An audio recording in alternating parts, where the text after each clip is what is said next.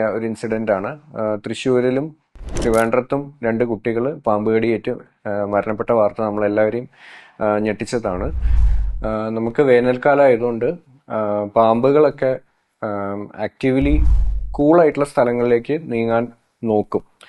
അവിടെ ആയിരിക്കും ചിലപ്പോൾ നമ്മുടെ നിർഭാഗ്യവശാൽ കുട്ടികൾ കളിച്ചുകൊണ്ടിരിക്കുന്നുണ്ടാവുക. അപ്പോൾ ഈ വേനൽക്കാലത്ത് പാമ്പ് കടി ഏൽക്കാനുള്ള സാധ്യത കൂടുതൽ തന്നെയാണ് കുട്ടികളിൽ. അപ്പോൾ കുട്ടികൾ പ്രത്യേകിച്ച് ശ്രദ്ധിക്കേണ്ടത് എന്താ വെച്ചാൽ ഷൂ ഒക്കെ ക്ലോസ്ഡ് ആയിട്ടുള്ള ഷൂ റാക്കിൽ വെക്കാൻ നോക്കുക. പുറമെയാണ് വെക്കുന്നതെങ്കിൽ പിന്നെ ഓരോ പ്രാവശ്യവും ഷൂ എടുത്തു കൊടുക്കുമ്പോൾ നമ്മൾ മാനുവലി ചെക്ക് ചെയ്യുക അതിനകത്ത് ഉണ്ടോ എന്നുള്ളത്, പാമ്പോ അല്ലെങ്കിൽ വേറെ എന്തെങ്കിലും ജീവികളുണ്ടോ എന്നുള്ളത് നോക്കണം. പിന്നെ പുറത്തിറങ്ങുമ്പോൾ എപ്പോഴും ചെരുപ്പ് ധരിക്കുക.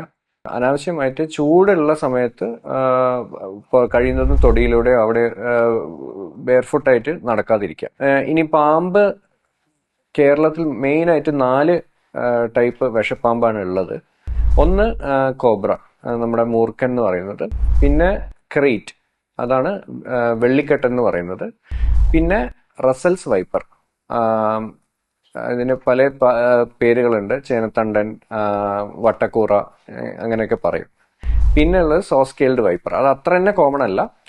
ഇതിൽ ഏറ്റവും കൂടുതൽ ഡെത്ത്സ്, കുട്ടികളിൽ മരണം ഉണ്ടാക്കുന്നത് റസൽസ് വൈപ്പറാണ്.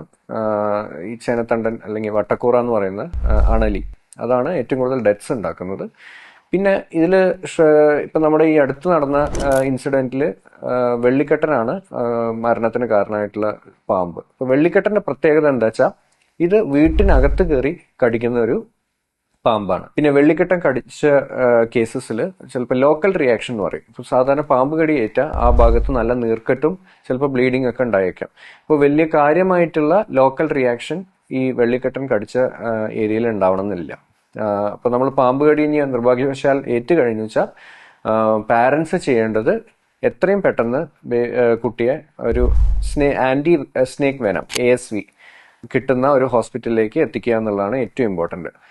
പണ്ടത്തെ ഒരു കൺസെപ്റ്റ് വെച്ചിട്ട് ടൈറ്റായിട്ട് ടൂർണിക്കെ, അതായത് ഒരു തുണി വെച്ചിട്ട് ടൈറ്റായിട്ട് കെട്ടുന്നത് വലിയൊരു യൂസ്ഫുൾ അല്ല എന്നാണ് പുതിയ പഠനങ്ങളെല്ലാം പറയുന്നത്. എന്നിരുന്നാലും ലൈറ്റായിട്ട്, അധിക രക്ത ഓട്ടം അഫക്റ്റഡ് ആവാത്ത രീതിയിൽ ചെറുതായിട്ട് വേണമെങ്കിൽ കെട്ടാം. അത് ഹോസ്പിറ്റലിൽ എത്തിയതിനു ശേഷം മാത്രമേ റിമൂവ് ചെയ്യാൻ പാടുള്ളൂ. നമ്മൾ പ്രോപ്പർ ആൻറ്റി സ്നേക്ക് വെനം കിട്ടാത്ത സെന്റേഴ്സിലേക്ക് കൊണ്ടുപോയി സമയം കളയാതെ എത്രയും പെട്ടെന്ന് ഒരു പ്രോപ്പർ ആയിട്ടുള്ള ഹോസ്പിറ്റലിലേക്ക് എത്തിക്കുക എന്നുള്ളതാണ് ഏറ്റവും ഇമ്പോർട്ടൻറ്റ്.